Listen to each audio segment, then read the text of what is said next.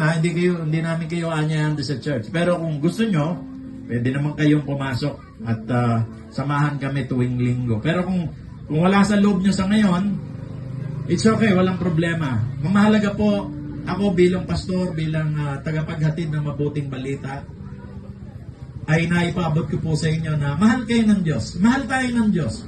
Sabi, for God so loved the world that He gave His only begotten Son, that whosoever believes in Him should not perish but have an everlasting life.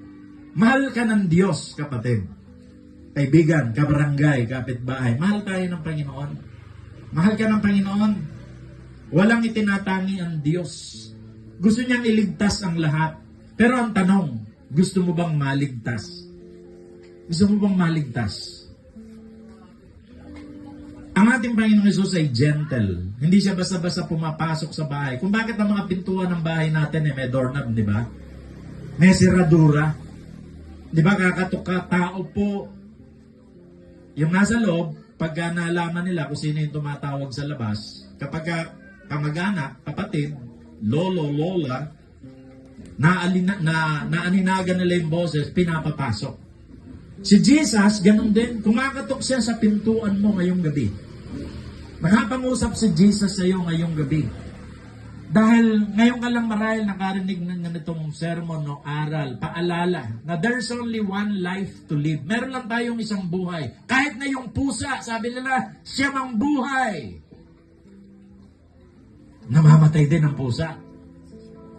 Siyam na nga buhay niya, pero namamatay pa rin. Sabi nila, si Palos, madulas. Si Ben Tumbling, kung kilala nyo, sabi nila, kahusay. Sa kakatumbling, nakakatakas. Pero namatay din si Ben Tumbling. Ikaw, anong pinagmamalaki mo para maiwasan mong kamatayan? Hindi ko alam. Yung ang mapera, namamatay eh. Paano pa yung mga konti lang yung pera? Tayong lahat ay mamamatay. Una-unahan lang. Ang tanong, kung mamayang gabi, sabi nga, kausap ko lang kagabi patay na, ano nangyari? Binangungot. Actually, hindi binangungot, inatake sa puso. So, kung ikaw yon, kapatid, kaibigan, kabarangay na narito, kamag-anak, hindi mo alam kung ikaw ang susunod. Hindi mo alam kung saan ang tungo mo pagkatapos ng buhay dito sa mundo. Dahil ang binibigyan lang ng katiyakan ng Diyos, ng buhay na walang hanggan sa langit, ay yung mga nakinig sa Kanya, yung mga sumunod sa Kanya, yung mga iniwan yung buhay na hindi tama at wasto sa Kanyang paningin. At ngayong gabi, nais ng Panginoon na ilikas ka sa maling pamumuhay tungo sa tamang pamumuhay. Ulitin ko, mahal ka ng Diyos, mahal ka namin, kaya nandito kami. Nais naming hamunin kayo. Kung nakapangusap sa iyong Panginoon, huwag mo intindihin yung mga bisyo mo. Ako, marami ding bisyo. Nainom din ako ng alak. Second year high school pa lang ako. Naubos ko yung isang gin. Dahil nangingi ako ng tapang sa gin para makapanligaw. Pero mali. Mali. Pero ngayon dahil naiintindihan ko na kung anong ibig sabihin ng buhay at paano mamuhay habang inaantay natin ang pagbabalik ni Jesus.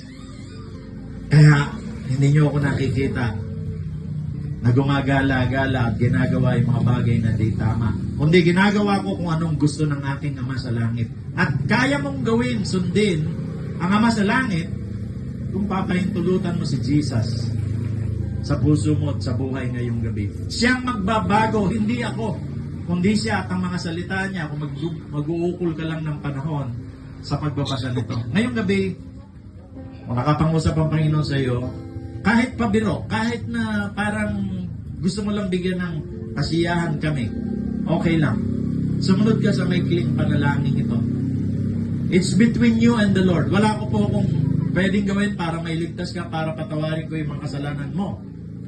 Hindi ko kayang gawin yun, only God. Kanya, sa Kanya tayo magkukumpisal ng ating mga kasalanan.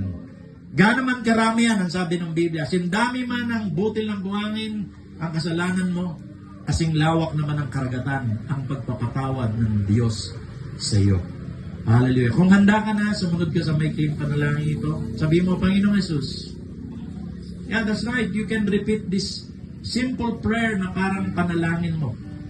Sabi mo, Panginoong Jesus, salamat po sa mga salita mo. sa mga paalala mo. Kahit papano, nabuksan ang kamulatan ko sa katotohanan na kailangan pala kita para sa aking pagbabago na maghahatid sa akin sa kalangitan. Salamat po sa magandang plano mo at layon mo sa aking buhay. Salamat po ngayong gabi ito. Ginamit mo ang naging kamatayan ng aming Patricio. Salamat po, nakapakinig ako ng mga salitang inaamin ko po na ako'y makasalanan, maraming pagkukulang sa iyo, maraming pagkukulang sa aking mga magulang, maraming pagkukulang sa aking mga kapatid. Pero ngayong gabi, dahil sabi mo, ang lahat ng nagtitiwala sa iyo, lahat ng lumalapit sa iyo, ay hindi mo itataboy. Lahat ng nagpapakumbaba, lahat ng humihingi ng kapatawaran, ay bibigyan mo ng kalinisan ng kanilang puso.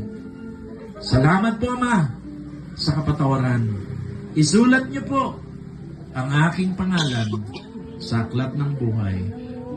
Pamula sa gabing ito, ikaw na maghari sa aking buhay. Ito ang aking panalangin sa pangalan ni Jesus. Amen. Amen. Ganun lang po kasimple. Hindi membership.